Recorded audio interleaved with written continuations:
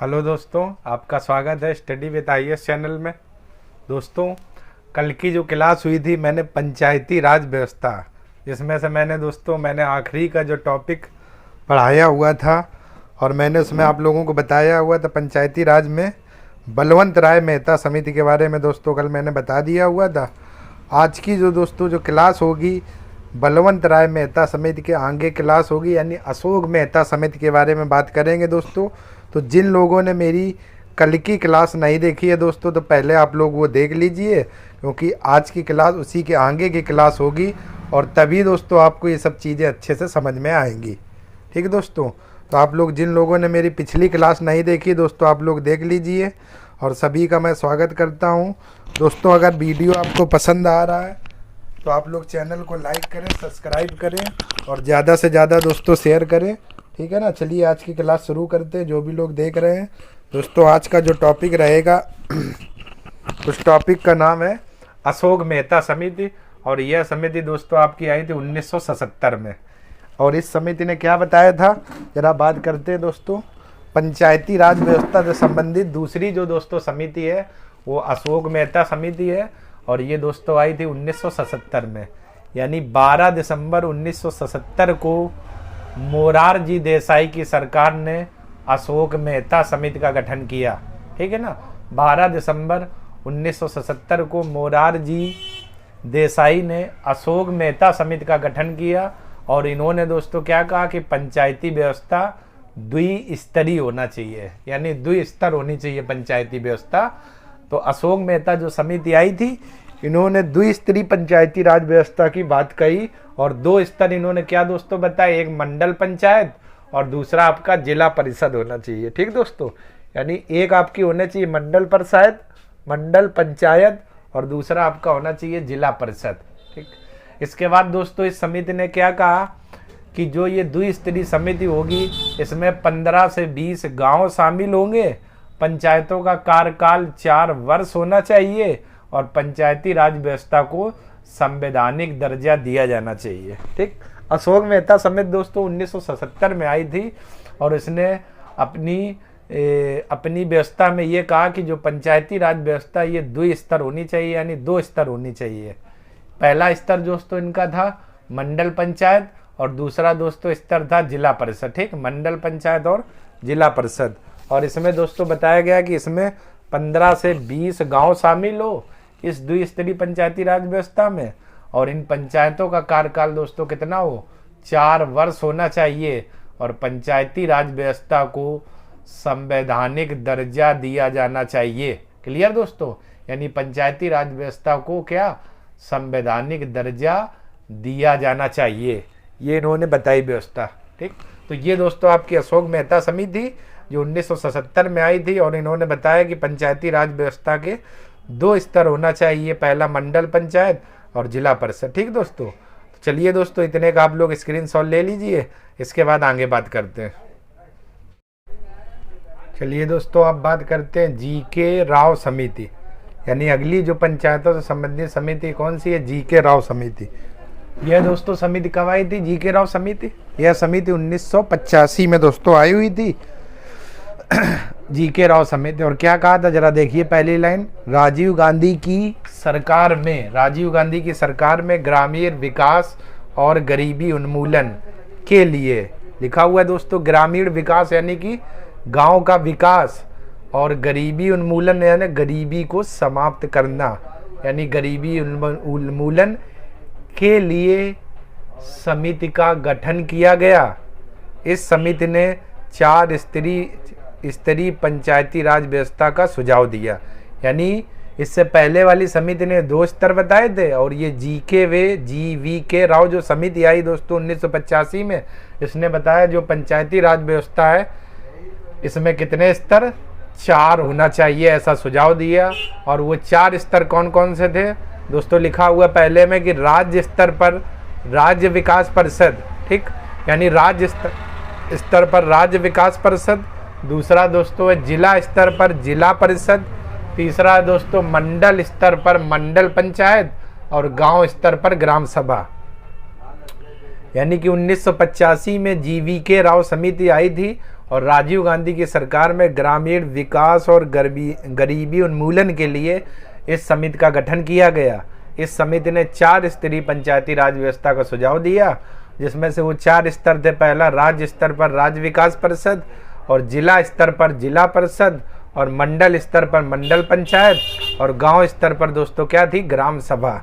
ये 4 इन्होंने 4 स्तरीय पंचायती राज व्यवस्था बताई, ये 4 स्तर थे। और दोस्तों इन्होंने क्या सुझाव दिया कि इस समिति ने वित्त आयोग का गठन हो। इस समिति ने वित्त आयोग का गठन, पंचायतों का कार्यकाल 5 वर्ष हो और पंचायतों में नियमित चुनाव कराना आदि सुझाव दिए।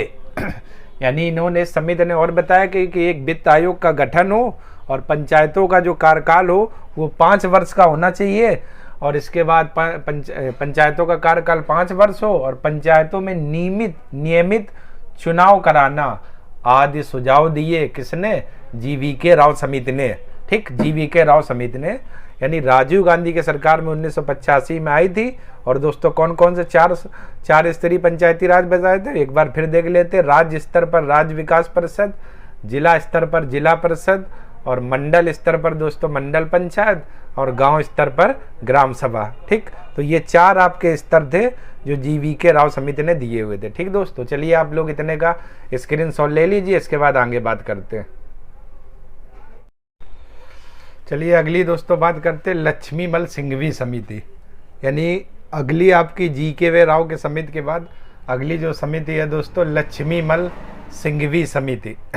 ये दोस्तों आई थी 16 जून 1946 को, लक्ष्मीमल सिंघवी समिति। इस समिति ने क्या बताया, यानी भारत सरकार द्वारा 1986 को पंचायती राज प्रणाली के पुनरुत्थान के लिए, यानी दोबारा से उत्थान हेतु सुझाव देने के लिए इस समिति का गठन किया गया। लक्ष्मीमल सिंघवी समिति दोस्तों जो थी, इसका जो प्रारंभ हुआ था 16 जून 1986 में, और इसका गठन दोस्तों क्यों हुआ था, भारत सरकार के द्वारा, यानी पंचायती राज प्रणाली के पुनरुत्थान हेतु, यानी दोबारा से इसका उत्थान किया जाए, इनको आगे बढ़ाया जाए, क्या क्या कार्य किए जाए इन सबको। तो पुनरुत्थान वही लिखा हुआ, पुनरुत्थान हेतु सुझाव देने के लिए इस समिति का गठन किया गया। ठीक, और इसमें पहला दोस्तों इस समिति ने क्या कहा कि पंचायती राज व्यवस्था को संवैधानिक दर्जा दिया जाए। ठीक, यानी पंचायती राज व्यवस्था को कैसा संवैधानिक दर्जा मिलना चाहिए, पहला इन्होंने ये प्रस्ताव रखा। दूसरा कहा पंचायती राज से जुड़े विवादों को निपटाने के लिए प्रत्येक राज्य में पंचायती राज अधिकरण की स्थापना की जाए। यानी पंचायती राज से जुड़े जितने भी विवाद हैं, ठीक है ना, इनको निपटाने के लिए प्रत्येक राज्य में पंचायती राज अधिकरण की स्थापना की जाए। तीसरा दोस्तों इन्होंने बात कही कि न्याय पंचायतों या ग्रामीण न्यायालयों की पर्याप्त व्यवस्था की जानी चाहिए। ठीक, तो ये इस तरीके से इन्होंने कुल इतने कुछ आपके सुझाव दिए हुए पंचायती राज में। ठीक है ना। लक्ष्मीमल सिंघवी समिति 16 जून 1946 में आई थी दोस्तों, और इन्होंने क्या क्या सुझाव दिए थे कि पंचायती राज व्यवस्था को संवैधानिक दर्जा दिया जाए और पंचायती राज से जुड़े विवादों को निपटाने के लिए प्रत्येक राज्य में पंचायती राज अधिकरण की स्थापना की जाए और न्याय पंचायतें और ग्रामीण न्यायालयों की पर्याप्त व्यवस्था हो। पर्याप्त जब व्यवस्था होगी दोस्तों तो यानी न्याय दिलाने के लिए कोई भी समस्या नहीं होगी, हर जगह अच्छे से सुलभ न्याय मिलेगा। ठीक, तो ये इन्होंने कुछ दोस्तों लक्ष्मीमल सिंघवी समिति ने सुझाव दिए हुए थे। चलिए तो एक बार आप लोग स्क्रीनशॉट ले लीजिए, इसके बाद दोस्तों आगे बात करते हैं। चलिए दोस्तों अगली जो आखिरी समिति है वो दोस्तों आपकी है पंचायती राज से रिलेटेड पीके थुंगन समिति। ठीक है दोस्तों, पीके थुंगन समिति, और यह समिति दोस्तों कब आई थी 1988 में। यानी पीके थुंगन समिति 1988 में आई थी और इसका गठन दोस्तों क्यों किया गया था, इसका गठन पंचायती संस्थाओं पर विचार करने के लिए क्या इसका गठन किया गया था। और इस समिति का नाम था दोस्तों पीके थुंगन समिति, और ये समिति दोस्तों कब आई थी 1988 में। यानी पंचायती जो संस्थाएं थी उस पर विचार करने के लिए इसका गठन किया गया था। और दोस्तों इन्होंने क्या बताया, पहला पॉइंट कि पंचायती राज व्यवस्था को संवैधानिक दर्जा दिया जाए। ठीक है ना, पहला इन्होंने ये पॉइंट बताया। दूसरा बताया जिलाधीश को जिला परिषद का मुख्य कार्यकारी अधिकारी बनाया जाए। देखना दोस्तों, जिलाधीश को जिला परिषद का मुख्य कार्यकारी अधिकारी बनाया जाए। वर्डिंग देखना दोस्तों। और तीसरी इन्होंने बात ये कही थी कि पंचायतों की वित्तीय स्थिति पर, यानी वित्त से जो संबंधित स्थिति है, इस पर ध्यान देने के लिए राज्य वित्त आयोग के गठन की क्या व्यवस्था की जानी चाहिए। ठीक, ये कुछ सुझाव दिए थे दोस्तों किस समिति ने, पीके थुंगन समिति। और ये समिति दोस्तों कब आई थी, 1988 में। और इसका गठन पंचायती संस्थाओं पर विचार करने के लिए किया गया था, जिसमें से पहला है दोस्तों पंचायती राज व्यवस्था को संवैधानिक दर्जा दिया जाए। दूसरा, जिलाधीश को जिला परिषद का मुख्य कार्यकारी अधिकारी बनाया जाए।